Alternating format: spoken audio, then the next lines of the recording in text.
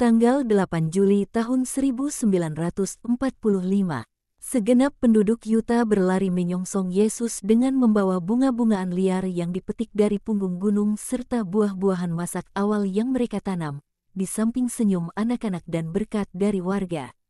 Dan sebelum Yesus dapat menjejakkan kaki di desa, ia telah dikelilingi oleh orang-orang baik yang mendapat kabar dari Yudas Keriot dan dari Yohanes yang diutus lebih dulu sebagai pembawa berita, sudah bergegas datang dengan membawa apa yang terbaik yang mereka temukan demi menghormati Sang Juru Selamat. Dan di atas segalanya dengan membawa kasih mereka, Yesus memberkati dengan gerakan tubuh dan perkataan, baik orang-orang dewasa maupun kaum muda yang menghimpitnya dengan mencium jubah dan tangannya, dan menempatkan bayi-bayi yang menyusu dalam gendongannya supaya ia memberkati mereka dengan sebuah ciuman. Yang pertama melakukannya adalah Sarah, yang menempatkan pada dadanya seorang bayi rupawan berusia 10 bulan, yang namanya adalah Jesai. Kasih mereka begitu antusias hingga menghalangi gerak maju. Namun demikian maju juga bagai suatu gelombang pasang. Aku pikir bahwa Yesus maju dengan lebih dibawa oleh gelombang itu daripada dengan kakinya sendiri, dan hatinya pastilah membubung sangat tinggi, jauh ke langit yang jernih, oleh sukacita kasih yang begitu rupa. Wajahnya bersinar dengan kecemerlangan dari saat-saat sukacita terbesar dari manusia Allah. Bukan wajah magnetis penuh kuasa dari saat-saat ketika ia mengerjakan mukjizat, pun wajah mulia seperti ketika ia menyingkapkan persatuannya yang terus-menerus dengan Bapa. Pun bukan wajah keras seperti ketika ia mengutuk dosa.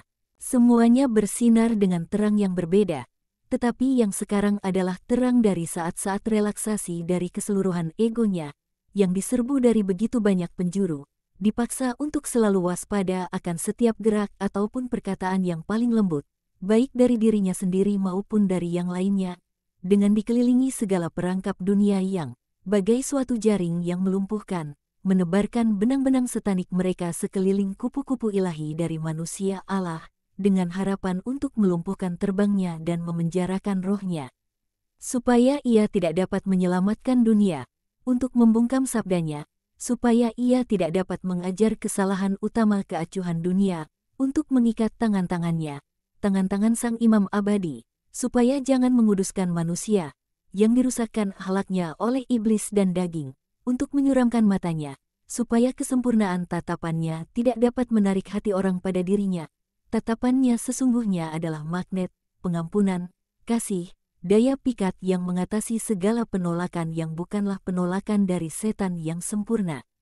Oh, bukankah pekerjaan para musuh Kristus masih selalu sama melawan Kristus? Ilmu pengetahuan dan bid'ah, kebencian dan iri hati, musuh-musuh umat manusia, yang berasal dari umat manusia sendiri bagai cabang-cabang beracun dari sebuah pohon yang baik. Tidakkah mereka melakukan semua itu, supaya umat manusia mati, sebab mereka membencinya lebih dari mereka membenci Kristus, sebab mereka membencinya dalam suatu cara yang aktif, dengan menon-kristenkannya guna menjauhkannya dari sukacitanya. Sementara mereka tidak dapat menjauhkan Yesus dari apapun, sebab ia adalah Allah, sementara mereka adalah debu. Ya, mereka melakukan itu. Tetapi Kristus bernaung dalam hati umat beriman, dari mana ia menatap, berbicara dan memberkati umat manusia dan lalu ia memberikan dirinya sendiri kepada hati itu dan hati itu menyentuh surga dengan keterberkatannya, masih tinggal di sini, namun terbakar indera dan organnya, dalam perasaan dan pikirannya dan dalam jiwanya, ke tahap mengalami siksa bahagia dalam seluruh keberadaannya. Senyum dan air mata, erangan dan nyanyian, keletihan dan urgensi ekstrim untuk hidup adalah sahabat kita. Lebih dari sahabat, mereka adalah keberadaan kita sendiri.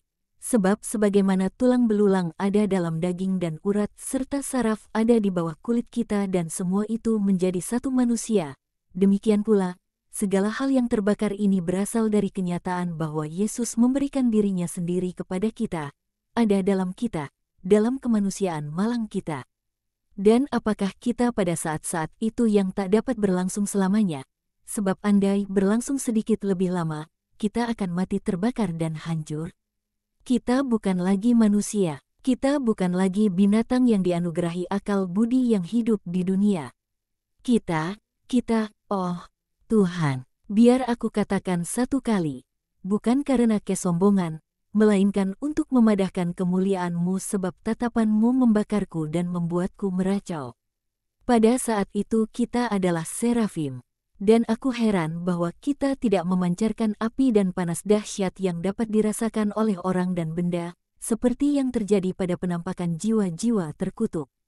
Sebab jika benar bahwa api neraka begitu rupa hingga bahkan refleksi yang terpancar dari suatu jiwa terkutuk dapat membakar sepotong kayu dan melelehkan logam, maka seperti apakah apimu, ya Allah, dalam siapa segalanya tak terhingga dan sempurna.